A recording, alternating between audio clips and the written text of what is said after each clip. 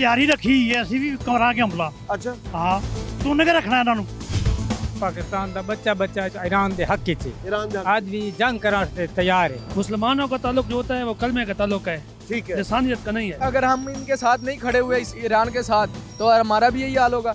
हमें चाहिए इनके साथ खड़ा होना। जंग आलमी जंग में तब्दील हो सकती है, इसमें कोई देर बाकी नहीं है। आखिर में पाकिस्तान का भी नंबर आना है। जिस तरह अमेरिका ने बम्बार्डमेंट किया, अगर ईरान अमेरिका के किसी भी एसेट पे अटैक करता तो ये उस फौरन समझ लें कि एक किस्म का वर्ल्ड वार जो है ना जी उस तरफ चली जाएगी सिचुएशन।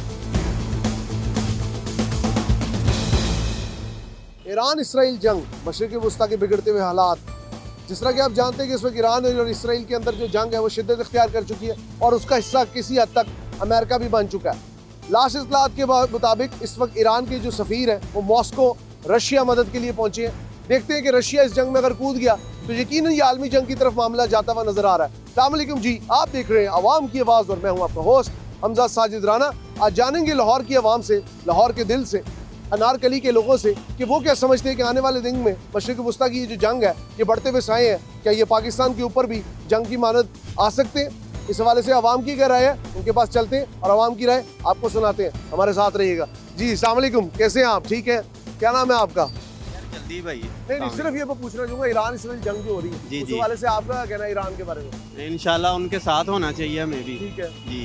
और मुझे ये बताएं, अगर ये जंग आलमी जंग बन गई फिर क्या आपका तासुर है? फिर भी हमारा पाकिस्तान उनके साथ होना चाहिए, हम मुसलमान हैं, उनके साथ होना चाहिए हमें भाई। मतलब जो हमारा कलमे का रिश्ता है वो मुकम्मल होना चाहिए। मुकम्मल इंशाल्लाह इंशाल्लाह जी जरूर। कलमे का रिश्ता दम तक उनके साथ ही होना चाहिए। मरते दम तक लोग कह रहे हैं जी हम उनके साथ रहेंगे। यहाँ पे एक और बुजुर्ग खड़े हैं। अस्सलाम वालेकुम। वालेकुम की ना है ਤੁਹਾਡਾ? मोहम्मद बशीर। बशीर साहब, ईरान इसराइल जंग बड़ी शिद्दत इख्तियार कर चुकी है, कत्लेआम हो रहा है। मुसलमानों का कत्लेआम तो गजा च भी होया सी, लेकिन इत्थे कुछ ज्यादा हो रहा है। की मैसेज देना चाहोगे ईरान दी आवाम? ਅਸੀਂ ਤਿਆਰੀ ਰੱਖੀ ਹੈ ਅਸੀਂ ਵੀ ਕਰਾਂਗੇ ਹਮਲਾ। अच्छा, ਹਾਂ जिद्दां हिंदुस्तान ਨੂੰ सबक ਦਿੱਤਾ ਸੀ, ਬਿਲਕੁਲ ਉਹਨੂੰ ਵੀ ਦਿਆਂਗੇ, जिद्दां 10 मई ਨੂੰ ਉਹਨੂੰ ਵੀ सबक ਦਿਆਂਗੇ, ਅਮਰੀਕਾ ਨੂੰ ਵੀ ਦਾਂਗੇ, इसराइल ਨੂੰ ਛੱਡਣਾ ਨਹੀਂ ਕਿਸੇ ਨੂੰ। इसराइल ਤੂੰ ਕਿਹ ਰੱਖਣਾ ਇਹਨਾਂ ਨੂੰ। इसराइल ਨੂੰ तोड़ के रखना। हाँ बिल्कुल, इतना गजा में इसराइल हो भी गया। और ट्रम्प को भी तुन के रखना है। अच्छा, हाँ, सब किसी का लिहाज नहीं करना, कोई लिहाज नहीं होना। और मुझे एक और चीज बताएं, खिला रहा है वो खिला रहे क्या हैं। हमने ईरान की मदद के लिए हमने कोई कोशिश की है या अभी कोशिश करनी? जारी है हमारी, जारी है जारी है। कोशिश, अंदर ले खाने जारी कोशिश आप दिल से साथ हैं? इंशाल्लाह। हमारे बुजुर्ग जी दिल के साथ हैं। अस्सलाम वालेकुम जी, क्या नाम है आपका? मुनव्वर साहब, ईरान इसराइल जंग जोरों पे है। अब तक इतलात के मुताबिक ईरान के सफ़ीर और ईरान के जो वज़ीर ख़ारजा हैं वो रशिया पहुंच गए रूस मदद के लिए। क्या पाकिस्तान तैयार है एक आलमी जंग, आलमी मंजरनामे में आने के लिए? पाकिस्तान तैयार है। अस पाकिस्तान का बच्चा बच्चा जी पब्लिक है हाँ, आम है वो तो ईरान के हक च ईरान जंग। आज भी जंग कराने तैयार है। नहीं पता हुकूमत अगे पर ਤੁਹਾਨੂੰ ਕੀ ਲੱਗਦਾ ਹੈ ਕਿ ईरान ने हाले तक ਜਿਹੜਾ ਜਵਾਬ ਦਿੱਤਾ ਹੈ, ਜਿਹੜੇ ਮਿਜ਼ਾਈਲ ਮਾਰੇ ਨੇ बैतुल मक़दस ਉੱਥੇ ਹੈ ਜਿਹਨੂੰ ਅਸੀਂ ਆਜ਼ਾਦ ਕਰਾਉਣਾ, ਯਰੂਸ਼ਲਮ 'ਚ, तल अवीव 'ਚ, बेंजामिन नेतन्याहू ਨੂੰ ਕਿੱਦਾਂ ਦੇ ਦਿਓ ਜਿਹੜਾ ਇਜ਼ਰਾਈਲ ਦਾ प्राइम मिनिस्टर?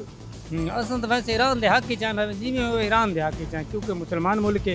असं उसकी इमदाद करना है, वो नाजायजी पे करेंगे। कलमे का रिश्ता निभाना है। पक्का। अस्सलाम वालेकुम, क्या नाम है आपका? मेहरबान अली।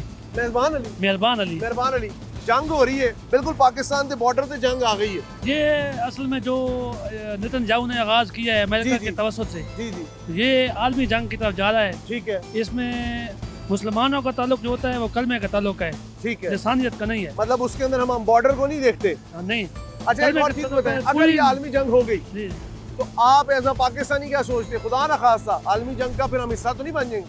हम इंशाल्लाह मुसलमान हैं, कलमे के साथ हैं, हक के लिए लड़ेंगे। आपको लगता है ये आखिरी वक्त का टाइम करीब आ गया? ये तो कुछ नहीं कहा जा सकता। नहीं, वो कहते हैं ना कुर्बे क़यामत में एक बहुत बड़ी जंग होगी। ये तो फिर पहले भी जंगें हुई हैं, अब अल्लाह बेहतर जानता है कि कुल पे क़यामत कब है। आप ईरान की आवाम को कोई मैसेज देना चाहेंगे? ईरान के अवाम को मैसेज इधर देख के। पाकिस्तान के अवाम आपके साथ है, दब के जवाब दें इंशाल्लाह। मुसलमानों की जरूरत हुई तो इंशाल्लाह लड़ेंगे आप सपोर्ट करेंगे ईरान? इंशाल्लाह। ईरान को सपोर्ट करेंगे जी, पब्लिक का ये मैसेज है। अस्सलाम वालेकुम, क्या नाम है आपका? मोहम्मद वसीम। वसीम साहब, ईरान इसराइल जंग हो रही है, as a Pakistani, as a Musalman, एक लाहौर के रेजिडेंट के होते हुए आप समझते हुए क्या समझते हैं आने वाले जो इंटरनेशनल दिनों में क्या होगा? इंटरनेशनल दिनों में यही होगा कि अगर पाकिस्तान इसके साथ ना खड़ा हुआ तो जो हाल इराक का हुआ था, जो हाल फ़लस्तीन का हुआ था, और जो हाल वो जो जिस मुल्क में वो घुसते हैं, अमेरिका है, चाहे वो फ़लस्तीन है, चाहे वो इसराइल है, जिस मुल्क में भी वो घुसते हैं, लोगों को कहते हैं कि भाई हमें तो इस मुल्क से कोई भी नहीं है, एटॉमिक हथियार मिले। हाँ, एटॉमिक हथियार, हमने तो बस इस बंदे को पकड़ना है। बहानेबाजी करके कत्लेआम करते हैं।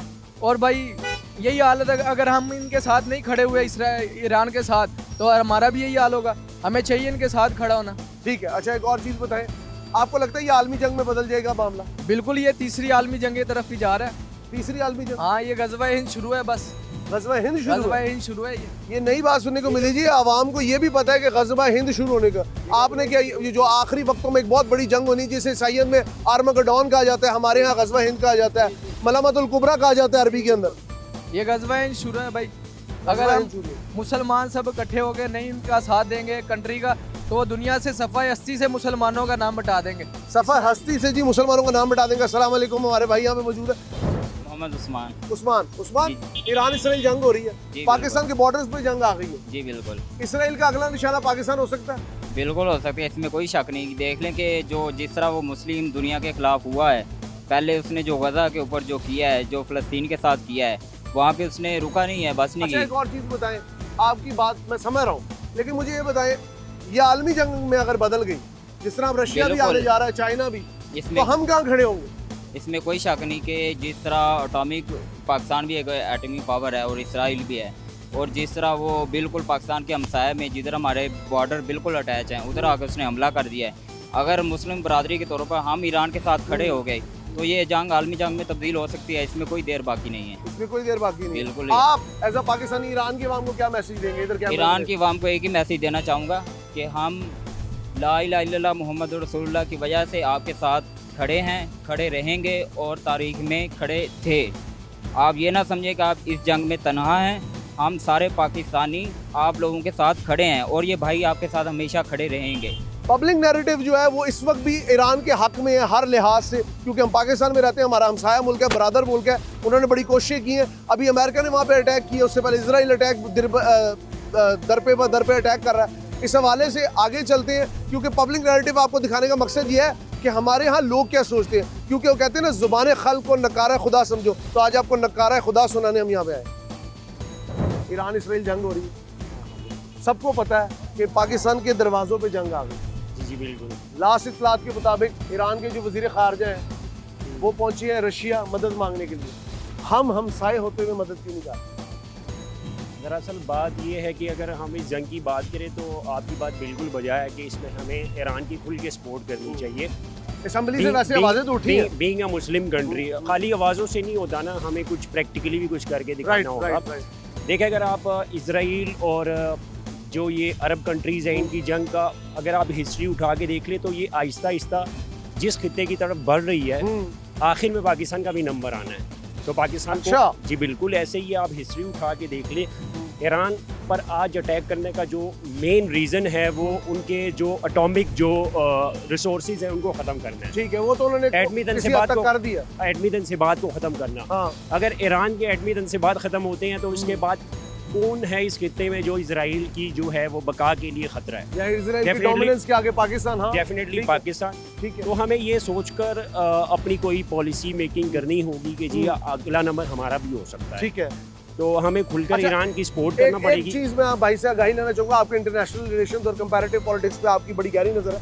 मुझे ये बताएं कि अगर ये आलमी जंग में बदला ये सारा सिनेरियो जिसकी नज़र आ रही है, सफ़बंदियाँ हो रही हैं, मतलब कुछ मुल्क इधर है कुछ इधर है, ब्लॉक्स बन रहे, पाकिस्तान किस तरफ होगा? जी देखिए, वो तो क्लियर है कि पाकिस्तान फिलहाल तो पाकिस्तान की अभी इस मामले में पॉलिसी क्लियर नहीं है अवामी सतह पे या इंटरनेशनल सतह पे, लेकिन अंदरूनी तौर पे जारी बात है कि पाकिस्तान के जो बेनिफिट्स है वो रशिया और चाइना के साथ जुड़े हुए हैं। ठीक है, तो डेफिनेटली पाकिस्तान रशिया और चाइना वाले ब्लॉक में जाएगा अपनी बका के लिए। कासिम साहब, आपका कहना है कि मतलब पाकिस्तान ईस्टर्न ब्लॉक में ही रहेगा? बिल्कुल ऐसे ही है, इन्हीं में इनकी बका और सर्वाइवल है, इसके अलावा तो कोई हल नहीं। मेरे भाई का ईरान की अवाम को कोई मैसेज डायरेक्ट?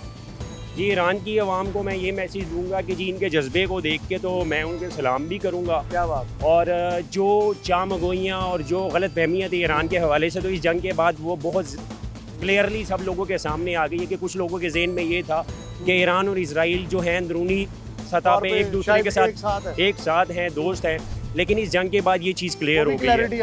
तो उनको मैं कहूँगा जी डटे रहें, हम आप लोगों के साथ हैं दिलो जान से, और इंशाल्लाह आखिर में जीत आप लोगों की होगी। इंशाल्लाह जी, इंशाल्लाह। अस्सलाम वालेकुम, क्या हाल है सर, कैसी तबीयत आप? क्या नाम है आपका? मेरा नाम मोहम्मद नबील कादिर है। रफीक साहब? नबील नबील साहब, ईरान इसराइल जंग जी। हालात दिन ब दिन खराब हो रहे हैं, इसमें कोई शक नहीं, दोनों तरफ इंसानी जानों का ज़िया हो रहा है। गजा के बाद क्या ईरान भी दोबारा मलियामेट हो जाएगा या डट के जिस तरह जवाब दे रहा है देता रहेगा?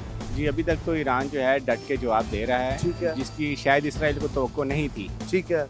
मगर आप देखें इसमें जो है जो कौम मुत्तहिदा और जो इंटरनेशनल एजेंसी जो है ये एटॉमिक की, उसका मेयार भी दोहरा है कि एक तरफ अमेरिका IAEA क्या खास तौर पे कि वो जो है एक तरफ IAEA ने इस हवाले से बिल्कुल स्टैंड नहीं लिया कि हालांकि ईरान जो है वो पूरा ताउन कर रहा था, राइट और अमेरिका के साथ मुज़ाकरात भी कर रहा है और बम्बार्डमेंट हो गई सारा साइड से, अस्फहान, नातंज और ये सारे जौहरी प्लांट भी हो गए खराब। अब मुझे ये बताएं कि अगर ये सारा मंजरनामा आलमी जंग में बदलता है, वर्ल्ड वॉर 3 की बाज़गुज़र सुनाई दे रही है, जी हालात तो उसी तरफ ही जा रहे हैं, यूनाइटेड नेशंस का किरदार भी मशकूक हो रहा है, लीग ऑफ नेशंस वाले मामला हमें नजर आ रहे हैं। आप क्या समझते हैं कि जिस तरह दूसरी वर्ल्ड वॉर इस तरह एरप्ट हुई, तो ये भी क्या फ्रैक्शन ऑफ सेकंड्स का मामला रह गया? जी हो सकता है, अगर तो ईरान ने जिस तरह अमेरिका ने बम्बार्डमेंट किया, अगर ईरान अमेरिका के किसी भी एसेट पे अटैक करता तो ये फौरन समझ ले कि एक किस्म का वर्ल्ड वार जो है ना जी उस तरफ चल जाएगी सिचुएशन। पाकिस्तान किस तरफ खड़ा होगा, ईस्ट और वेस्ट और या समवेयर इन द मिडल? अभी तक तो समवेयर इन द मिडल ही लग रहा है। अच्छा, हाँ जी। क्या मतलब ना हम इस राह के ना उस राह के? हाँ जी, क्योंकि जब तक पाकिस्तान अपनी पोजीशन इस पे वाजिया नहीं करता, वैसे तो सियासी तौर पे वाजिया तो की हुई है, लेकिन जो हमारी पॉलिटिकल क़यादत जो है वो बयानात दे रही है, मिक्सअप है सूरत हाल। कहने का मकसद है जी, आज के शो में हम आपको यही बताना चाह रहे हैं, पब्लिक कह रही है कि पाकिस्तान की इस वक्त हैसियत है शुतर बेमुहार वाली, सहरा में खोने से बेहतर है डट के लड़ें, तूफानों का मुकाबला करें। आज अगर हम ईरान का साथ देंगे तो मुझे ऐसे लगता है कि इसराइल के ऊपर एक बहुत बड़ा बंद बांधा जा सकता है, क्योंकि जो बेंजामिन नेतन्याहू की सोच है और 2011 का जो इंटरव्यू है वो हमें अपने फ्लैशबैक माइंड में याद रखना चाहिए कि वो उसने कहा था कि ईरान के बाद हमारे लिए जो आखिरी थ्रेट है वो पाकिस्तान है। Pakistan basically nuclear deterrent country है, हर लिहाज से हमारी फौज सुपीरियर है। नरेंद्र मोदी को हमने एक बड़ा ही बेफिटिंग किस्म का रिप्लाई दिया, लेकिन स्टिल हालात बहुत दिगरगू हैं और मशरिक़ वस्ता की जंग यकीनन एक वक्त में एक बहुत बड़ा बूम ला के पूरी दुनिया में वर्ल्ड वॉर 3 का आगाज़ कर सकती है। हमारे प्रोग्राम के हवाले से आपका फीडबैक क्या है, इसे हमें ज़रूर आगाह करिएगा। प्रोग्राम आवाम की आवाज़ के साथ अपने होस्ट हमजा साजिद राना को इजाज़त दीजिए। अल्लाह हाफ़िज़।